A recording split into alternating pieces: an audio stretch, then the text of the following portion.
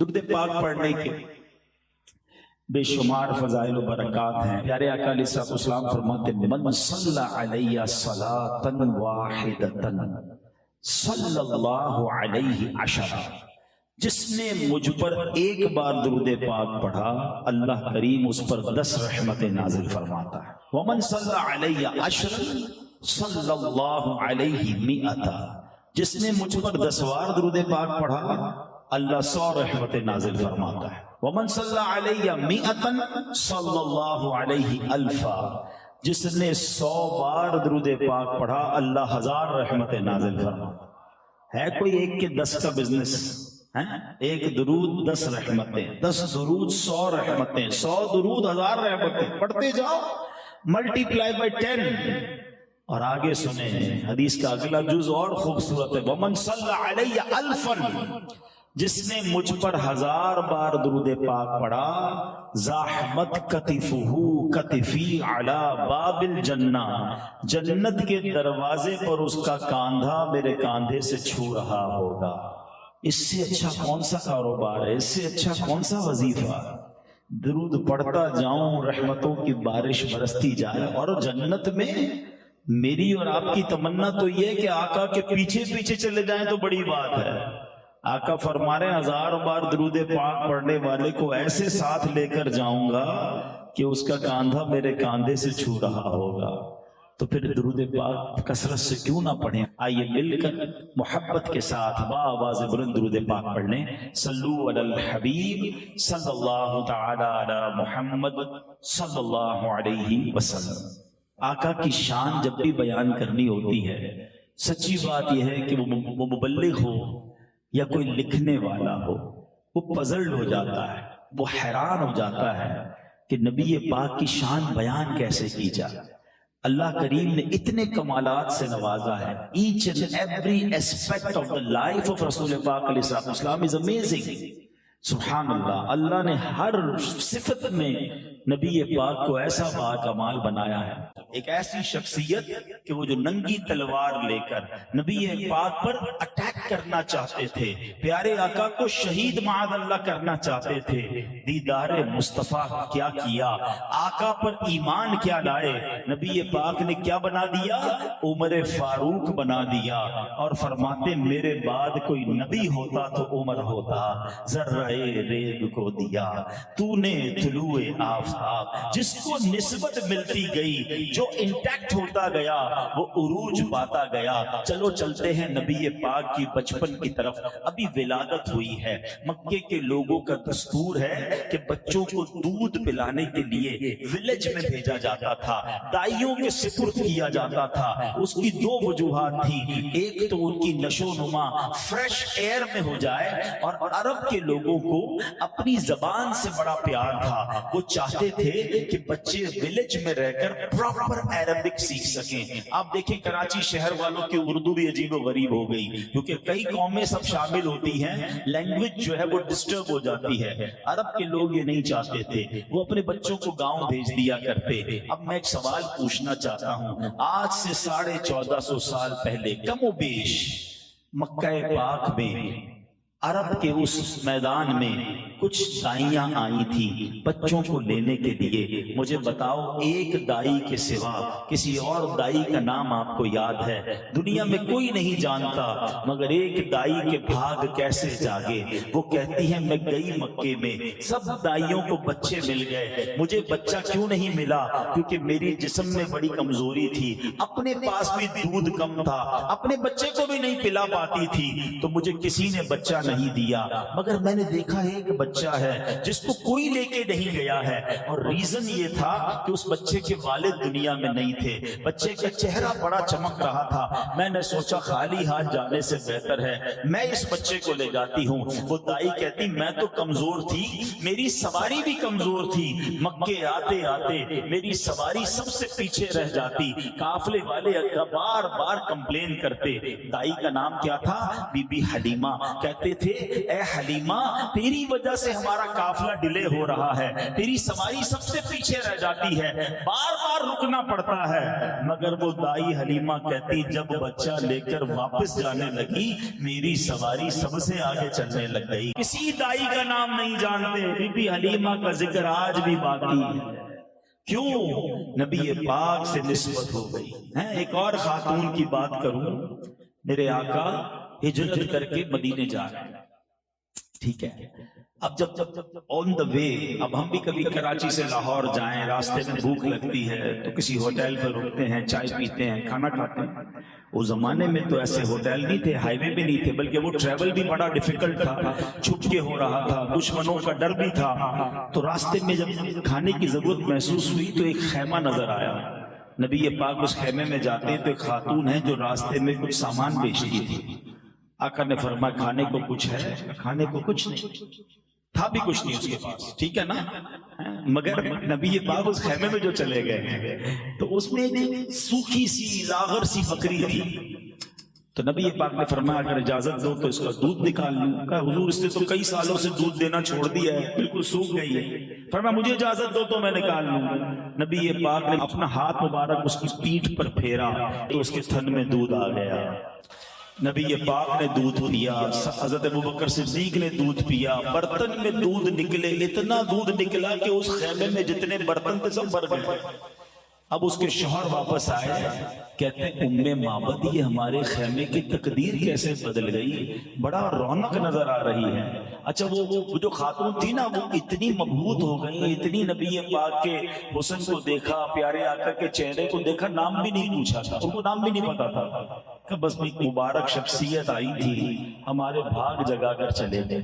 تو انہوں نے کہا بتاؤ تو صحیح کہ ام معبد وہ دکھتے کیسے تھے؟ اللہ اکبر، اس خیمے والی نے نبی پاک کا جو حلیہ بیان کیا، موتیوں جیسے الفاظ بیان کیے، یقین کریں جو علماء بیٹھے ہیں یا جنہوں نے سیرت کی کتابیں پڑھی ہیں، آج تک ہر سیرت نگار جب جب نبی پاک کا حلیہ بیان کرتے ہیں ام معبد کے اس خیمے والی کے الفاظ اپنی کتابوں میں لکھتے ہیں تو پتہ یہ چلا کہ ذرہ ریگ کو دیا تو نے طلوع آفتاب۔ اصل بات پتہ ہی کیا ہے؟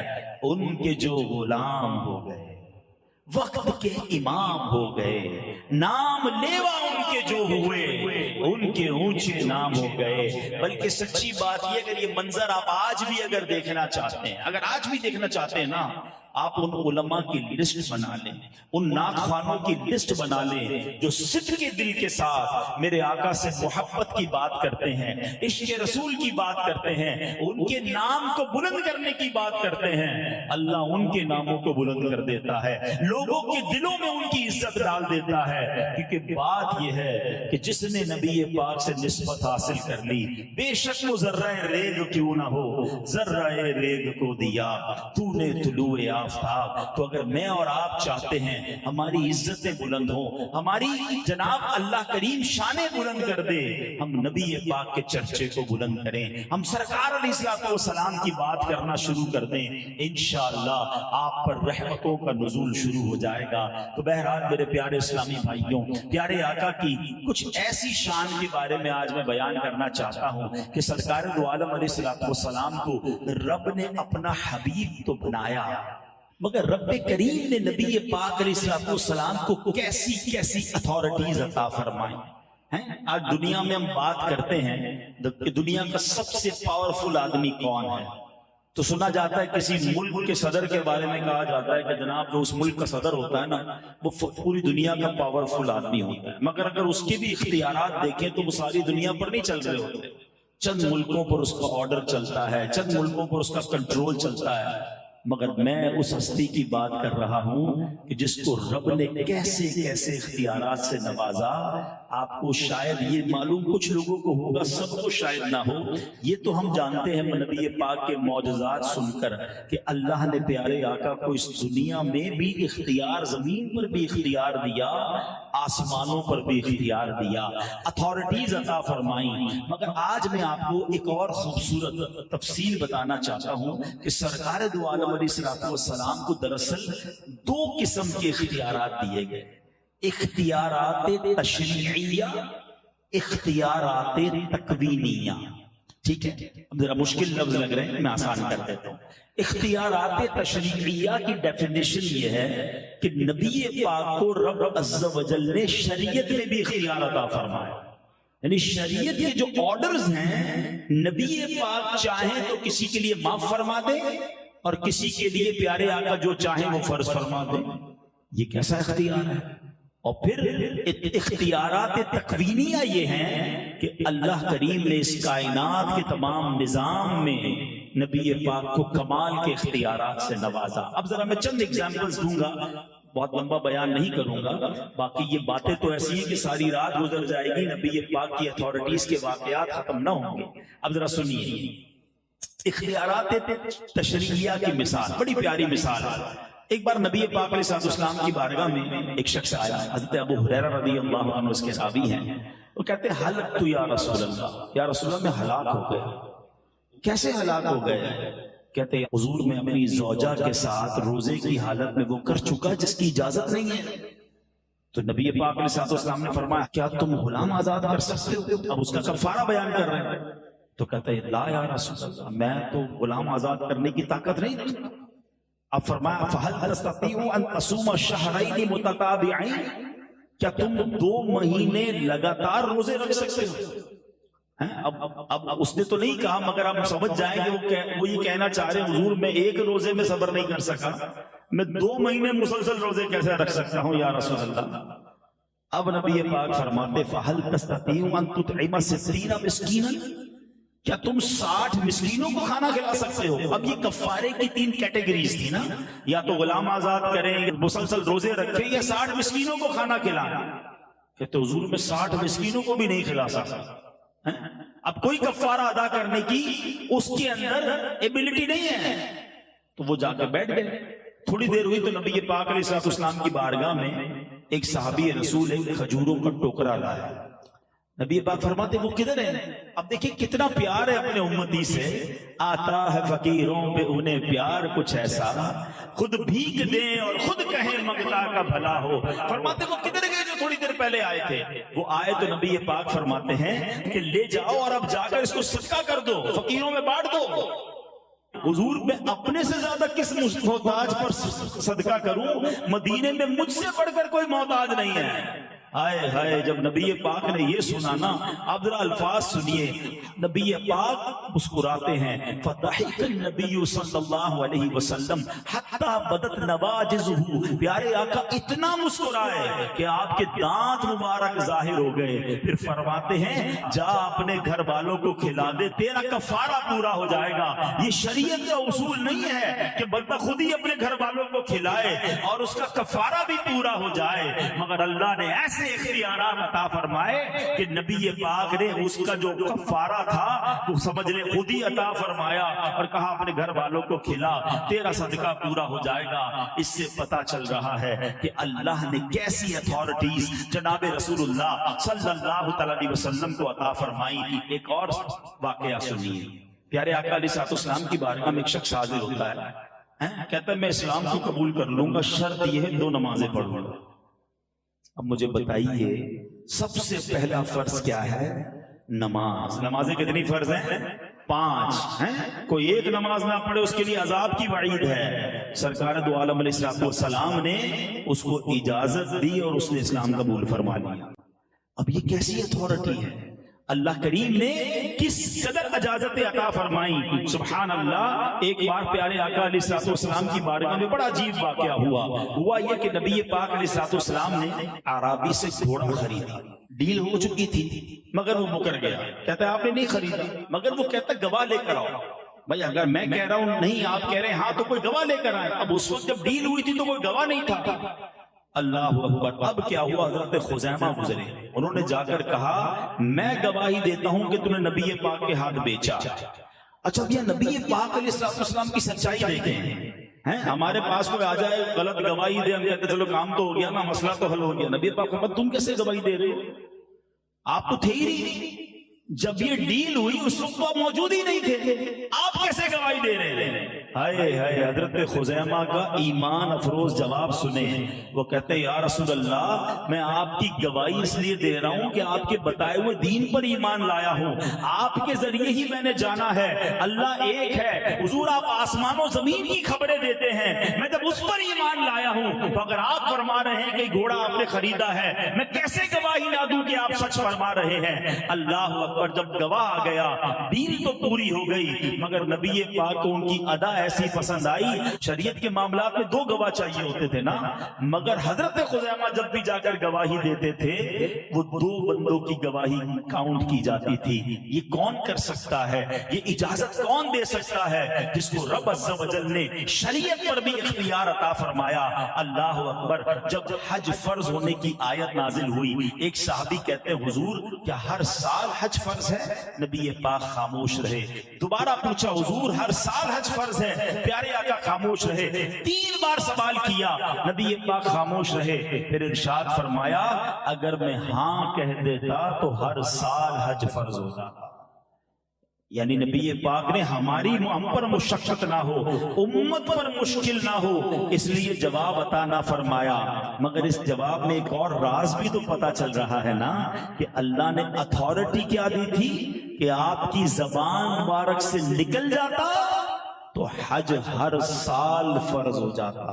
اس سے اندازہ کیجئے کہ جناب رسول اللہ کو رب عز و جل نے کیسے اختیارات عطا فرمائے۔ ایک جگہ فرماتے ہیں میری امت پر اگر گرانا گزرتا تو میں ہر وضو میں مسواک کو لازم قرار دے دیتا۔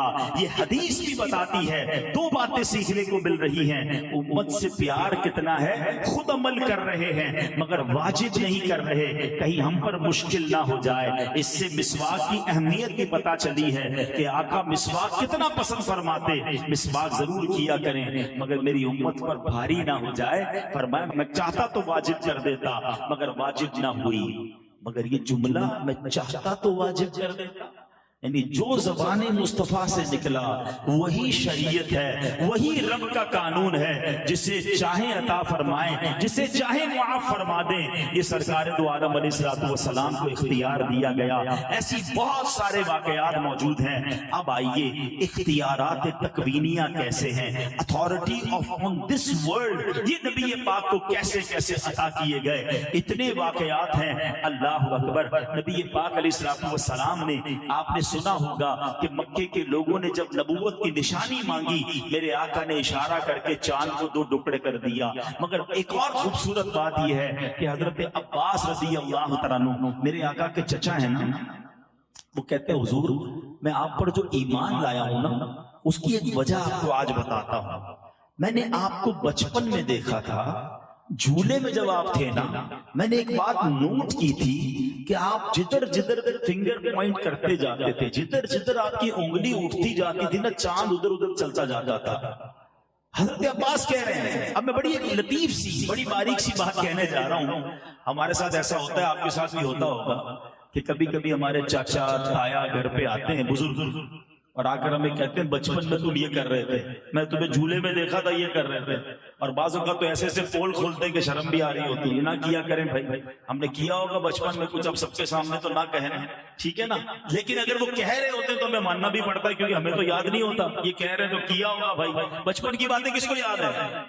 مگر میرے آقا کی شان دیکھیں، حضرت عباس کہہ رہے ہیں آپ جھولے میں جہاں انگلی اٹھاتے تھے میں نے دیکھا چاند ادھر جاتا تھا۔ تو نبی پاک نے یہ نہیں فرمایا کہ میرے چچا جان مجھے نہیں پتا، آقا فرماتے ہیں ہاں میں چاند سے باتیں کرتا تھا، وہ مجھ سے باتیں کرتا تھا۔ چاند مجھے رونے سے چپ کروایا کرتا تھا، بلکہ چچا جان جب چاند اللہ کی بارگاہ میں سجدہ کرتا تھا تو میں اس کی سجدے کی آواز بھی سنتا تھا۔ بچپن میں یہ عالم ہے جناب رسول اللہ کا۔ اللہ اکبر۔